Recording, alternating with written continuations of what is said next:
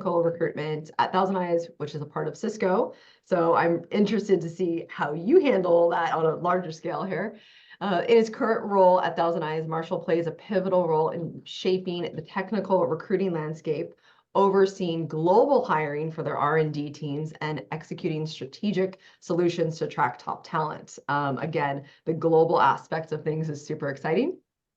His journey includes impactful stints at TruePill, where he was tasked to oversee G&A, technical, talent ops, and clinical hiring, and Dubi, where he significantly contributed to the company's exponential growth and eventual acquisition by Fox through streamlined processes and effective team management. Two heavy hitters. Marshall, welcome. Thank you. Excited to be here. Yeah, nice. Oh my gosh. So I get the pleasure, of really going through, and for like people that are listening, like I have not been internal. I have not done global as its entirety for one organization. These two people have, and they also both have an agency background. So I think goal settings here might even have like maybe a different perspective. So Dubi, we'll start with you, but first and foremost, how do you set goals for your team for this year? Yeah. So as I'm sure some can understand, it's kind of an interesting time. So goals become more than just like headcount goals. There's other things we got to throw in there, right? Like for instance, we are switching ATSs because we knew we'd have a little bit more time. So that becomes a goal. Like, hey, let's get this implemented in a timely manner, things like that. So people are kind of stepping up and doing things that they normally, wouldn't really be involved in.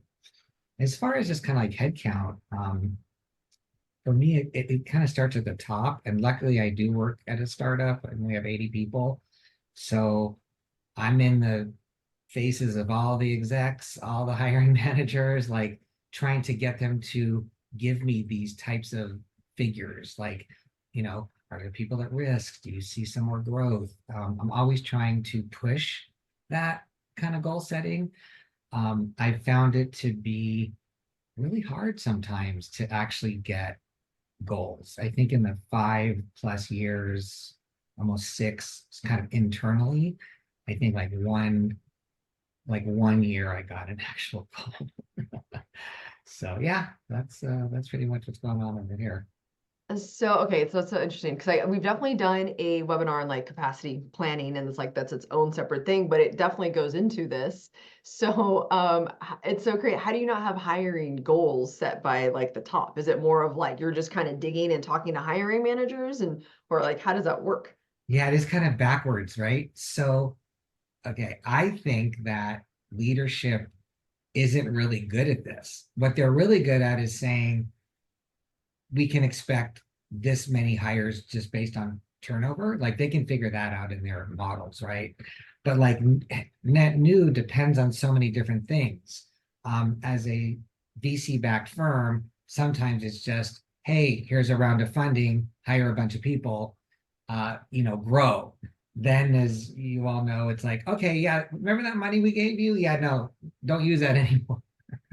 Right. So I just tend to push this because at the very least, I know we always are hiring, let's say, engineering folks. We're always hiring solution engineering folks. We always have people in deployments and implementations.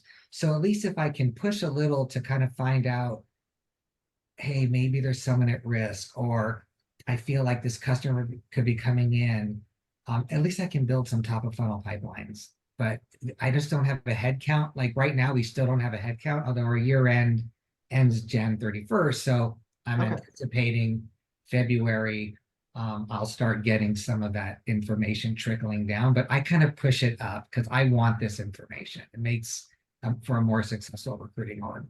Yeah, for sure. So Marshall, walk me through, because we were, talking offline before this, and you just got a bunch of recs landed on your lap. So how are you now setting goals for your team? Yeah, I think just kind of following on what Dubi was saying, it really comes down to priority and importance to the company. And so my key indicators is something burning down? That's the first spot that you would go and push hiring processes to and expedite things there. And it really has ebbed and flowed over the past year and a half. So with kind of the tumultuous economy and certain speculation in sectors. Of course, there have been layoffs and there have been slower periods, and it's picked up a bit. And so I think kind of leading into where we're at today, it has ebbed and flowed. So really has been project focused work. And when I'm thinking about goals, I'm not only thinking about hiring goals and goals that would help propel the company forward by strategic implementation in certain areas, but individually on the team. How is each team member growing? How are they creating really more success for themselves? And that to me is, are you taking business strategy classes outside of work? Are you able to accelerate and grow your own personal growth when things are slower? Are we focused on talent branding, how we're uniquely positioning messaging in the market to win over these top candidates, even if it's the quantity is lower? And then a big focus had been on kind of candidate experience, empathy, driving diversity, and being resilient through these times to ensure that it's sustainable in terms of our growth. So I think leading into your question of getting dumped 20, 30 roles at a time, again, back to Dubi's point, it's planning is not always there, and there's not always kind of strategy that's from the top down. And so you have to really push up in the org, understanding what roles are highest priority for the organization. For ThousandEyes specifically, we're building out a FedRAMP team. We're building out an AI ops organization. And so these are the highest two priority areas that we really have to focus on. And then the rest is kind of trickle down from there and understanding kind of the team's capacity. Yeah. Okay. So it's wild time. We've got all sorts of interesting things here. We'll go get back to like AI a little bit. And then actually, if everyone's watching, we are going to do a specific webinar on branding and marketing and recruiting in particular. But Marshall, I like that you touched on that because you touched on all sorts of goals for your team. So I'm a little overwhelmed just even listening to, oh God, we got to do that and this and this. So how do you really like lay that out there? Is this like a, state of the union with the team? Is this individual team meetings? How do you like first structure this? Yeah, so it's generally, we have team meetings weekly. We have global talent team meetings that combine all the different kind of recruiting orgs within ThousandEyes. And it's understanding the landscape that we're currently in. If it's slower this quarter and we're not projected out to hire and it's not supposed to pick up seemingly, then we'll be really focused on projects, implementation, really driving our hiring teams forward, setting them up for success, managing process, and then over the horizon, if we get the snapshot of hires coming, then we'll go into the planning phase. We have a great sourcing team that will really lean on to help strategize and understand the talent landscape. So it really just kind of ebbs and flows based off of quarter, sometimes based off of the month. And if things really are slower, I implore everyone on the team to better yourself, to really understand kind of where you're at today, and it comes out in team meetings a lot where we're talking through candidates and situational things, and where some recruiters, might not be as strong, they can really learn from each other in those instances and then share knowledge from any outside sources that they're bringing in. Yeah. How do you do training internally? So Cisco has an amazing training. So we have an interviewer certification training. So you have to go through a few hours to just be certified to interview at Cisco. We had a best practices training that was 8 hours recently over the course of a couple of weeks. And then really it's bringing to the team each individual member. We've looked at Harvard business classes that are free. We've looked at certain outside resources that, again, would help bring that wealth of knowledge to the team. But again, really relying on Cisco and their experience and what they're able to bring to the table in terms of training. Yeah, I love that. So getting more like nitty gritty on KPIs, Dubi, you have a team member, right? Right now, I know you're smaller. I'm down to one. You're down to one. Okay. Well, let's just talk KPIs like in general. Like, I'm thinking with Marshall, and we'll get back to you in a second. But I'm even thinking like part of training and development is probably in my KPIs. Like if that's how we're looking at things. But how do you set those things for like when you maybe don't know what your hiring capacity is, where you're like, well, we have like evergreen roles and that's great. So how do we still showing, I guess, back to the KPIs, how are we showing our ROI? like on a regular basis there? From the recruiting team Yeah, perspective. from the recruiting team. So like, here's our goals. Here's where Yeah. we are at today. Here's how we have to show our ROI. Like we can't like, we can't lose it. Cause Marshall, I'm even thinking like, well, if it's slow and we're just building on training, learning and development and stuff, again, how are we showing that that's still a really powerful thing and you shouldn't cut cords and stuff with layoffs, So that was my thought process. Socotra is interesting in that. So for me and my one person now, so went down from 6 to 1, but the one I kept can kind of do a little bit of everything. So like primarily I hired him to be a sourcer because that is like his go-to specialty. He's incredible. But he's also interviewed people. He's got as much experience as I do, right? So I was fortunate enough to keep someone that can kind of be like, a second Dubi or whatever. A mini you. Mini me. Um, but what's interesting, I'll just give you a personal example. Knowing that this is going on, and this isn't a KPI thing, because I don't really have really big KPIs. I just want, his name's Eddie, to like, hey, let's build some funnels. We do have searches we're working on. I mean, it's a handful, but there are those. Like, let's keep active on that. Help me with the implementation. I need you to actually interview, do the recruiter screens on 2 of these. Like, I'll do the others, but like it's not like a measurement I put in place. I need you to step up now. We're all doing that. I, however, have some different things going on. So leadership said to me, hey, I need you to find me like a senior level or VP marketing person. And in the meantime, I'd like you to manage the marketing team. So like, I know, right? Now, I'm not like in charge of like strategy. I'm not saying which content piece is more important. I'm not pushing like, you really should be focusing on branding for candidates, although I do say that a lot. But it's a really unique opportunity that I've been given. So I'm being judged on on things like that, right? Like, because if it's just like headcount filling, like I've never missed a hiring goal in 4.5 years. So like, I think they trust that like, hey, if we have a lot of jobs, like Dubi and his team will get it done. But now I'm doing something a little bit different, and it's actually been an amazing experience. So we don't do a lot of like KPI on the recruiting side, to be honest. Yeah. Okay. Now, Marshall, how big is your team? I have 6 in total. 2 are based in EMEA and then 4 in the US currently. Okay. So how do you work through the KPIs to hit those goals?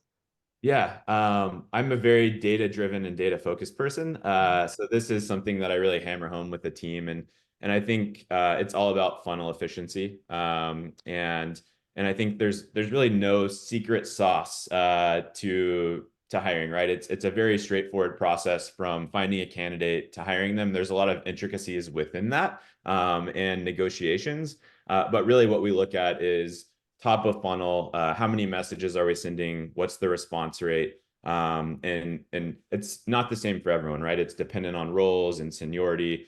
So it's setting those expectations with each individual recruiter and then having a team goal as a whole. But tracking sourcing to talent screens, to hiring manager screens, to coding sessions, to final interviews, and then eventually to offers and acceptance rate. So we track every single piece of the process, and we really reflect every single month at the end of the month and saying, okay, here are the roles that we had open. Here's how many interviews that we did in XYZ stage. And then that way you can kind of work backwards and see any blockers in the process.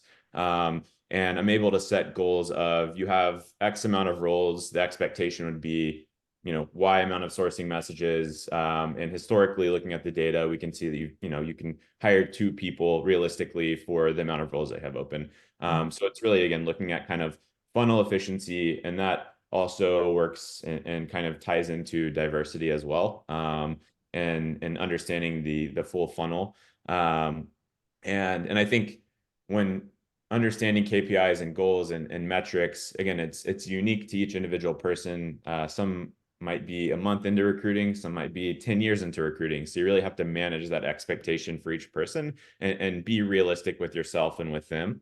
And really what I look for in terms of growth and funnel efficiency and metrics is an acceleration and improvement in one of these areas. I'm not expecting you to continuously improve quarter over quarter, more sourcing messages, more offers, more hiring manager screens, a better pass-through rate. But really key on one area that, might have been a downfall in a process that you have. And let's talk through how we can improve that one stage. And then collectively, over time, we'll kind of touch on all of these areas to continue improving. Does the team have full transparency of everyone's, funnels and everyone's, like where you're talking about all the data?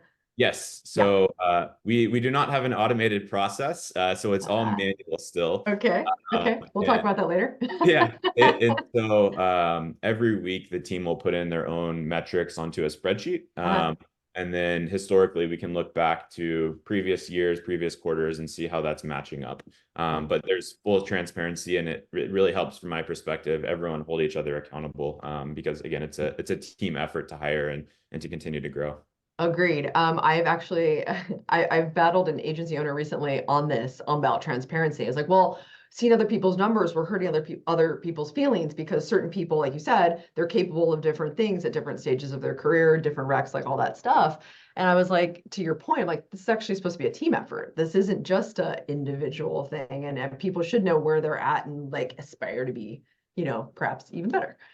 Yeah, and I think one last point there in terms of like the collaboration, and I don't want to go too far off on a tangent. But really, even in our team meetings, every single member of the team will host a team meeting once a month. So each month we'll have a different member lead that meeting, come with different ideas with team building.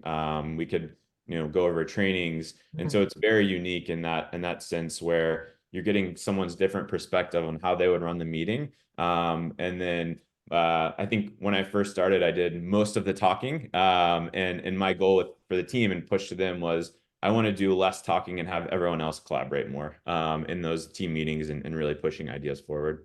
That's awesome. And I got to tell you, a hard thing to do. Yep. It's hard to give that up. What about this? I love that.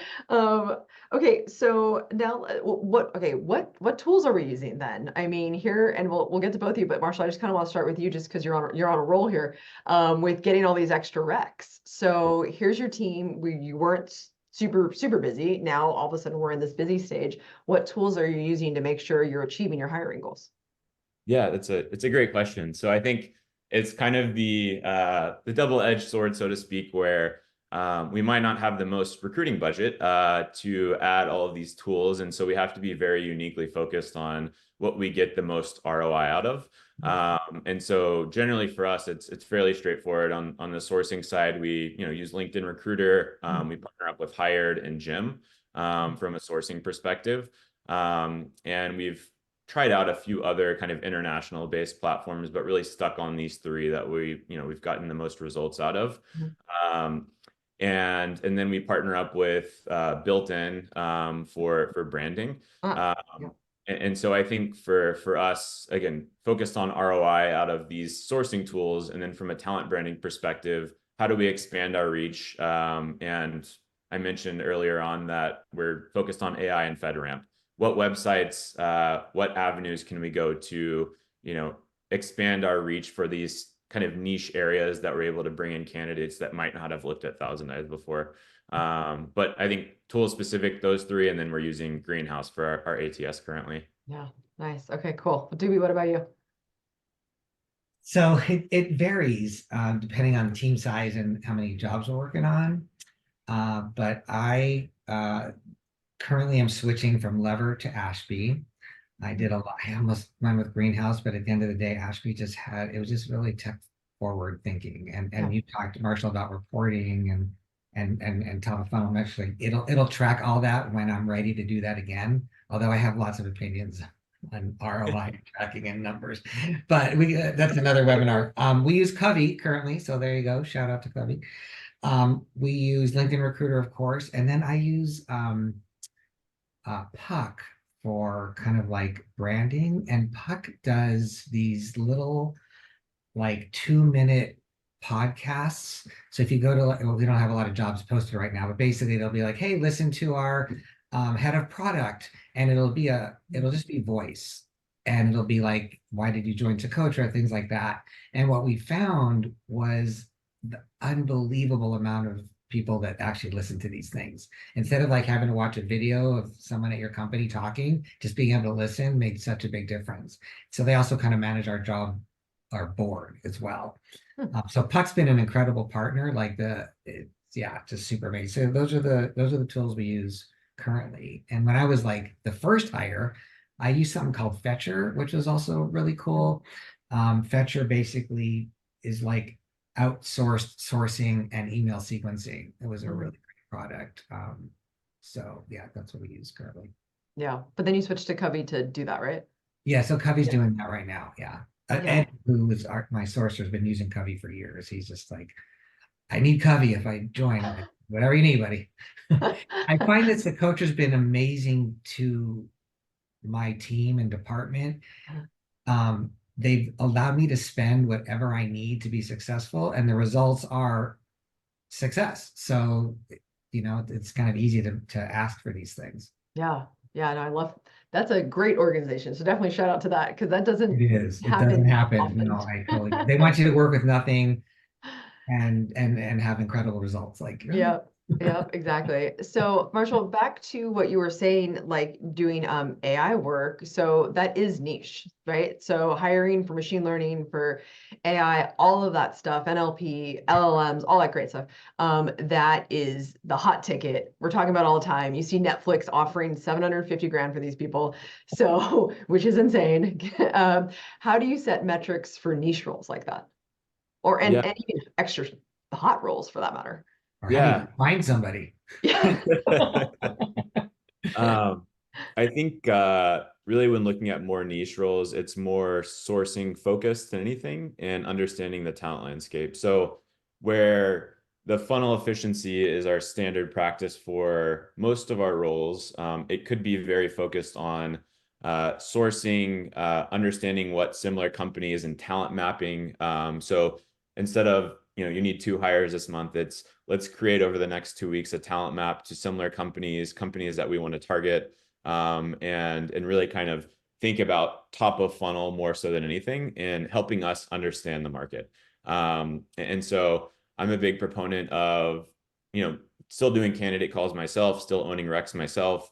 And I think it's really important to dive in with candidates, understanding their perspective on the market, what they're seeing. And even for me, it's networking with past folks that I've hired. So when I was at Dubi, I hired a director of machine learning there and machine learning engineers. And so to me, it's tapping into that network and understanding from their perspective and their lens, how has ML hiring been for you guys recently? What have you seen be successful? And so it's a lot of kind of knowledge sharing there.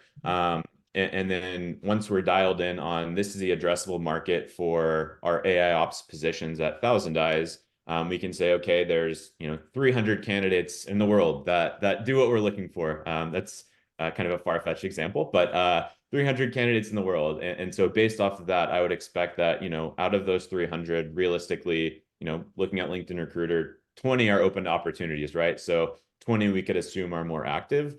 And so dialing it in based off of kind of candidate interests and applications, open to work, and kind of working backwards that way. So it's definitely more heavily leaning into the sourcing and top of funnel areas. Mm-hmm. Have you ever had one of your recruiters come to you, like for these niche roles, for example, and just be like, that's it. We've got nothing left, Like, has that ever happened? And how do you deal with that? Because as we know, like, that's not an answer, right?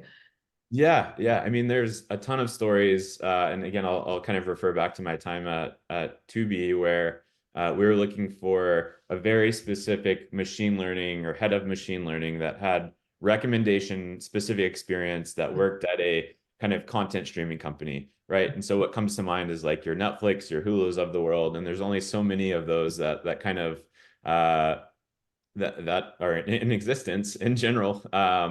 And so really with them, it's all right, you've exhausted your search. And so really with them, how can we game plan with the hiring manager to expand our horizon on what we're looking for, to maybe understand if there's different areas that we can tap into. And so I'll always point back to the data, and with the hiring manager and that recruiter, meet with them collectively and say, we've reached out to 300 candidates. We've had a 1% response rate. We've had 2 people in process.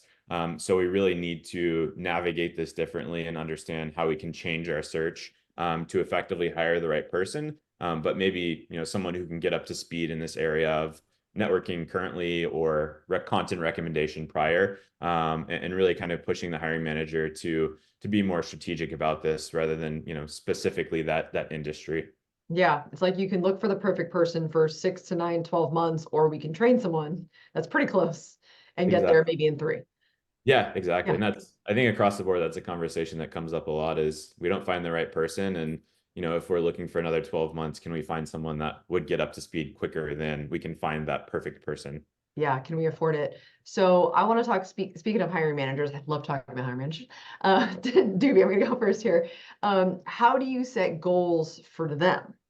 Because again, we were talking about the team already. We're there. How do we do hiring managers, and how do they actually pay attention to that? Does your company do bonuses, or how do you navigate that? So I actually built a bonus program for the recruiting team, which I think is fairly unique. I don't know, maybe Marshall can chime in, but it was based on kind of like hitting headcount goals quarterly. And then, sometimes you can't help once you may hire someone in a quarter, but then they don't start till the next quarter. So it gets rolled over. Hiring managers are interesting because a lot of them don't know either, right? They may not have that much experience, surely not as much as the 3 of us do in like hiring and recruiting. But they get something from the top, right, at the exec level. But what I do with hiring managers, I meet with everyone on a regular basis. I meet with the execs and the hiring managers like weekly or bi-weekly to just kind of have these conversations to help them think about things that they're not really thinking about. Like I'll ask the tough questions about the current team. I'll find out like what they're thinking. Are they seeing, pipeline coming in through sales, whatever. I have these conversations so I can help them. I don't have a specific goal that we set. So when we were hired, let's see, 2 years ago, we had our real goal. It was 70. And then 80, it was 70, but 81 with potential turnover. And that's when you can have more meaningful kind of conversations with the hiring managers, like, hey, your team, you need 10, like we need to figure out how to get you 10. So that's really how we did it there. So did you go back to, it's like, look, if we need 10, then you need to interview X amount of people, which means I need your team X amount of hours. Like, did you break it down? Oh, yeah. So my approach is with the hiring manager and whoever they want to interview is that it is a privilege to be on my interview team. Like this is not, if you think this is like a drag, like that person is not there because it's the candidate experience, moving quick, like it's an honor to be on the interview team. Yeah. And it just has to be that attitude. So I will say that my first year at Socotra, they always wanted like numbers and metrics and things like that. And then when every job is being filled, like no one ever asked me for anything again. But internally on the recruiting side, it's like, hey, it's basically like, I need 10 interviews, 3 are going to make it on site. We're going to hire 1. I mean, that's kind of been the big overall data. Yeah. It kind of makes sense, so that's like how I've been doing it. My attitude is like, I know better than all of you, not in a, in a kind way. Like I'm not going to tell you how to run engineering. Don't tell me how to run recruiting. Yeah. I'm going to help you fill these jobs any way I can, and we're going to get them filled. So.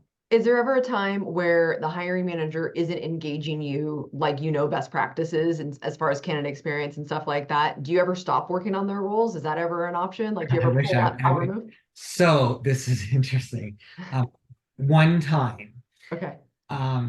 So, and I was on the engineering side. I finally said, hey, you know what? I'm kind of done working with this person on the engineering side. I'm just going to get them a recruiter. They can just hire like an outside firm and they can deal with them directly because they're not understanding. And I did that, and that worked. I mean, it didn't work because that's harder, right? And then I think they finally folded in like, maybe I should try listening to like what Dubi's saying. But that's how I did that. That's how I handled that situation. At some point, like the recruiting team's working so hard to like get a candidate interested, and then your team is messing that up. nah, not gonna do And it. it's a branding problem as well. It's like Yeah, they're not major realizing branding problem. the trickling effect. Yeah, that's super interesting. Okay. I do love the surveys. Like, not all candidates will fill them out, but I do Hmm. have, I try to get some surveys around how was the experience. And all I really care about initially is like, how did we do it on the recruiting team? Did we manage your expectations? And it's always like 4 out of 4. Mhm. Then it trickles down after that, right? Like, Yeah. it's not in our control. Yeah, it's frustrating. Marshall, how do you handle that? How do you have goals with the hiring managers? Do you get to have those strong Yeah. conversations? Yeah, absolutely. I think really for recruiting, from what I've seen, it's about gaining the trust of hiring managers. And the way to do that is seeing success. So every company that I've joined, I've seen a ton of pushback initially on changing processes, on just expectations of hiring managers. And I was at 2 rapidly growing startups prior to ThousandEyes. And those were a bit different, where it's a bit more established here. We have an amazing head of talent who I report to, who's kind of set the foundation, where I had to kind of set the foundation prior.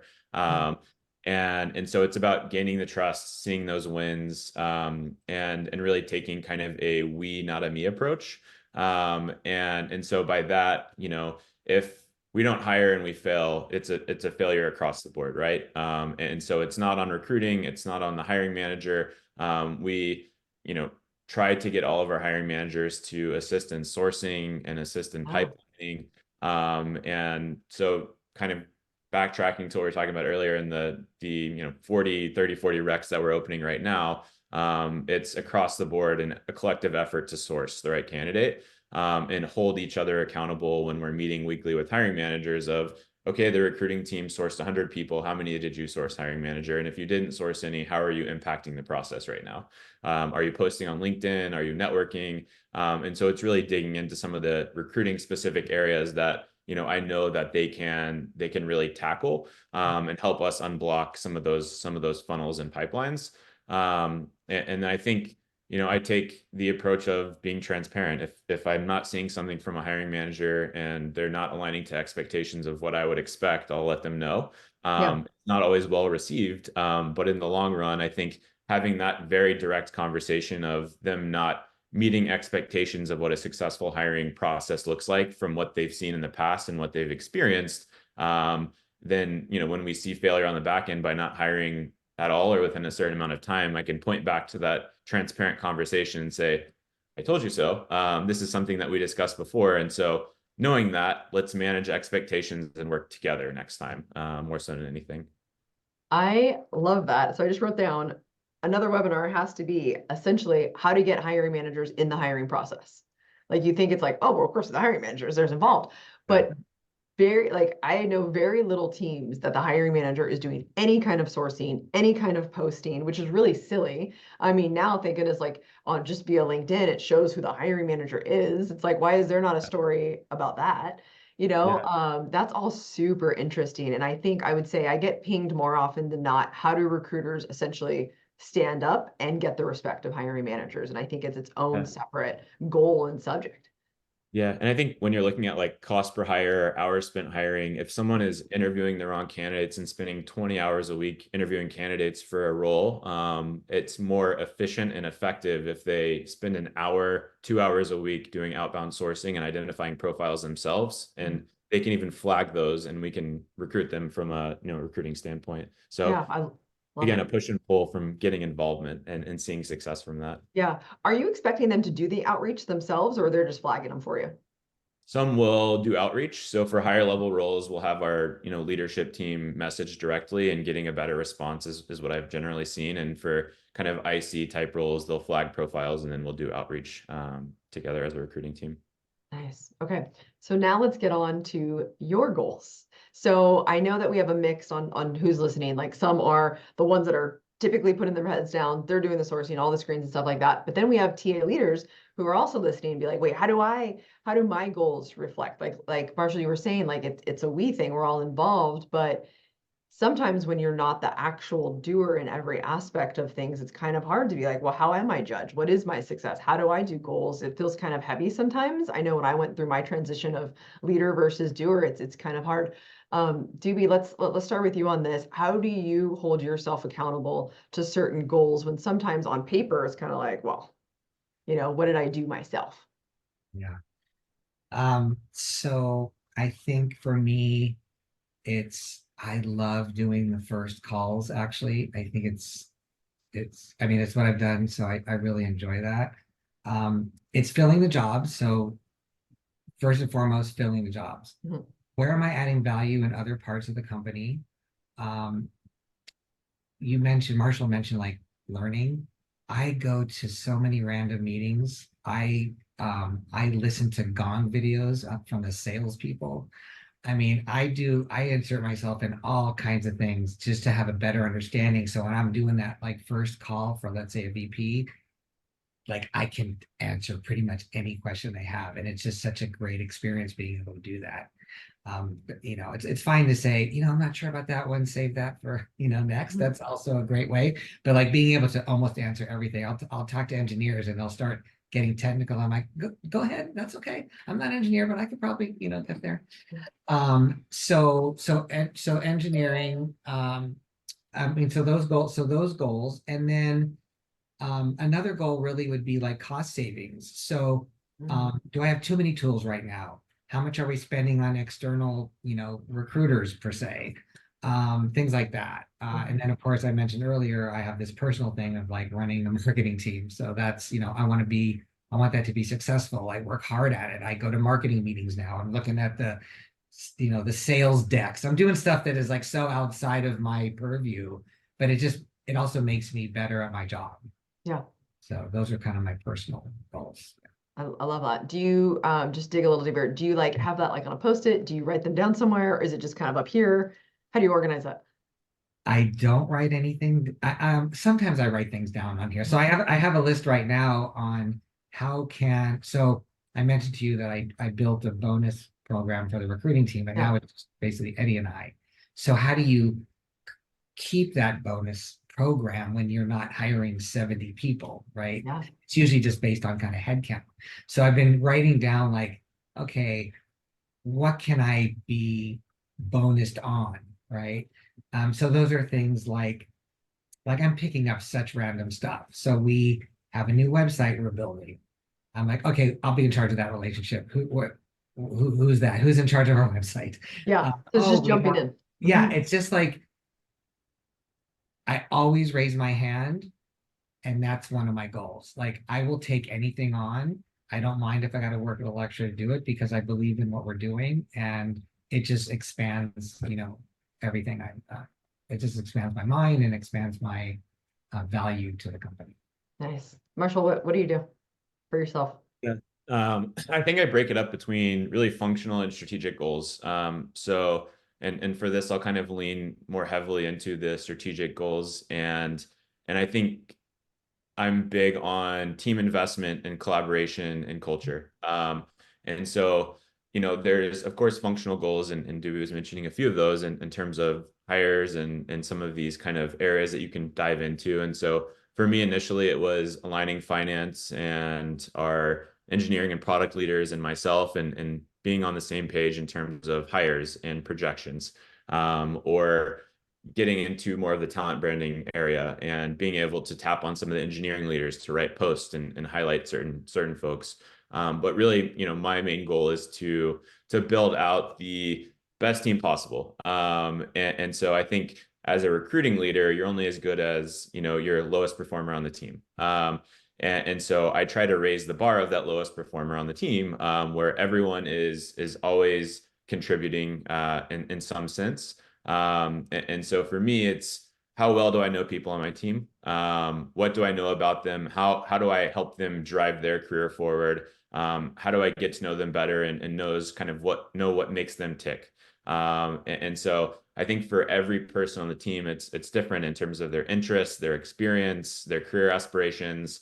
And so high level goals is getting to know everyone to the best of my ability on my team to help them in their careers go where they want to be. If someone wants to be a head of talent eventually, if someone wants to be a lead recruiter, I want to help them get there. And I want to get to know them more on a personal level so that, I can associate with them on different things and it's not work related. And especially diving into remote work, it's hard to get to know someone remotely. And so it's taking that extra 30 minutes, a week, and going over on some of your one-on-one meetings to get to know them better, to understand more about their life, things that could be impacting them. So again, that's not necessarily from a recruiting perspective functionally, but strategically, that's my biggest goal when, I'm a leader at a company and recruiting and trying to drive things forward.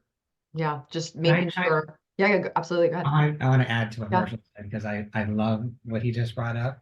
And it's something that we've been doing for probably about 4 years. But in this whole marketing role, I'm having one-on-ones and I'm noticing and there's 4 people on that team, by the way. They don't even really know each other. So I'm like, okay, we're going to fix this. And as Marshall said, so I have 2 15-minute meetings, one on Monday, one on Friday. We don't talk about work. And I usually come with some question of the day, like, hey, what are you streaming? Okay, that's an easy one, right? What's your favorite ice cream? And I always go first. And we do not talk about work. And the result, I mean, it's been not that long with the marketing team, but now they're getting to know each other on a personal level, which creates more cohesiveness, but also you learn stuff about people and you kind of want to have their back. It's just been, I've just seen it already in just 4 of these meetings. I just started that one finally, but the recruiting team's been doing it for years. Man, people know stuff about me that I'm I can't believe I even just told you that. But but it makes for such great team. And I love where Marshall went with that. And I couldn't agree more. It makes such a difference. Yeah. Yeah, I definitely think the world where it's professional, it's not personal. It's well, we now know how much time and blood, sweat, and tears we spend on this job. So it actually is kind of personal. And how do we navigate this remote thing, which I know we're coming up on time, which is crazy. I just want to end with just one last question, because I think that this is interesting going to hiring goals is remote. So how do we even measure or put some kind of success on how we do virtual interviews, how we get to know them, how we actually, is this a good culture ad? Are we going to be, for them an ad as well? So Marshall, is that something that you're thinking about with the hiring goals? Yeah, definitely. And so we've, Cisco more broadly and specifically ThousandEyes have moved towards more of a hub-based kind of hybrid strategy. And from a recruiting perspective, we try to be as flexible as possible. And so majority of the interview rounds are done remotely. And once we get to a final interview stage, the candidate will come have lunch with the team, meet some of the leaders on that team. And I think looking back 2 years ago on remote work, I would have said, what's the point of that, right? Someone's going to work from home most of the time. They want that flexibility, might as well just have the whole thing be remote. But we've seen a very, very good response from, candidates meeting employees in person and prospective team members of theirs. And I think that's actually helped push us over the edge when we're competing with other companies too, where they're meeting the team in person and they have that emotional attachment and connection now. And that's what's memorable. So I think in the recruiting process, you try to create these memories that will last with the candidate that they can reflect back on when making their decision and point to that. But yeah, so we are pretty internationally, geography based, location wise located, and so we try to drive that for each of the hubs. And again, it's been very fruitful for us.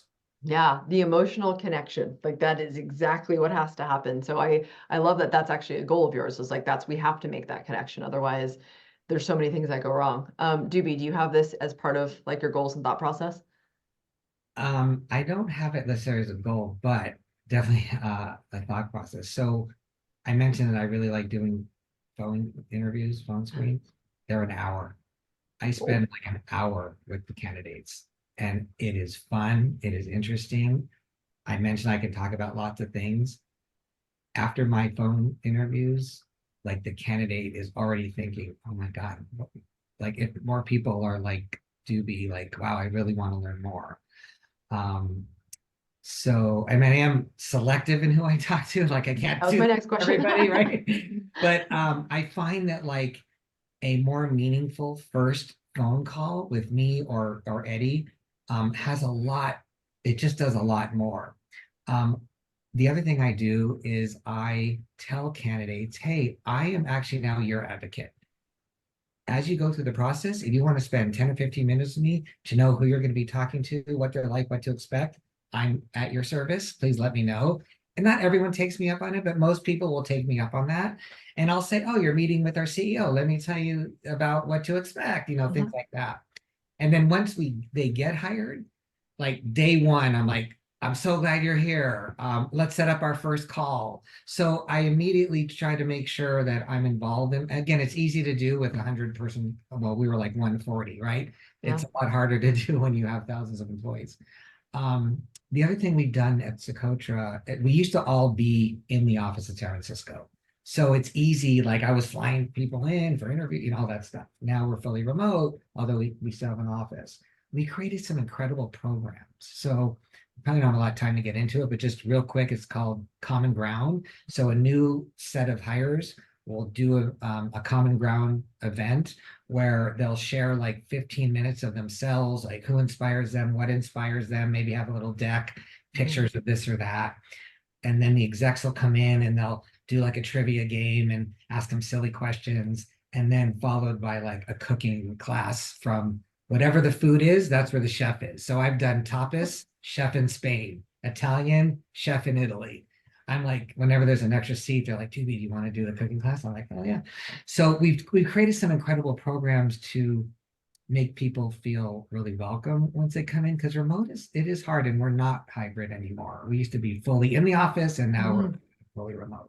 And you got to really work hard to make that successful. Yeah, it's a hard transition and it's not going away. I mean, I know there's a lot of return to office, at least as a hybrid model, but still interviewing, I think for maybe ever is going to be remote. And so we definitely have to think about those goals and how we're going to get there and how we're constantly improving the process. So we are over time. I'm going to thank you all for joining, Dubi, Marshall. This was fantastic. Covey will send this out as a recording if you weren't here live or if you missed some of it. And then we'll share away, because I think that this hiring plan from two amazing TA leaders was fantastic, and we dug. And that's what these are about. So we will do this every single month. Again, if you need the SHRM credits, you're here for that. Please put in your email. We will take care of it. And have an awesome day.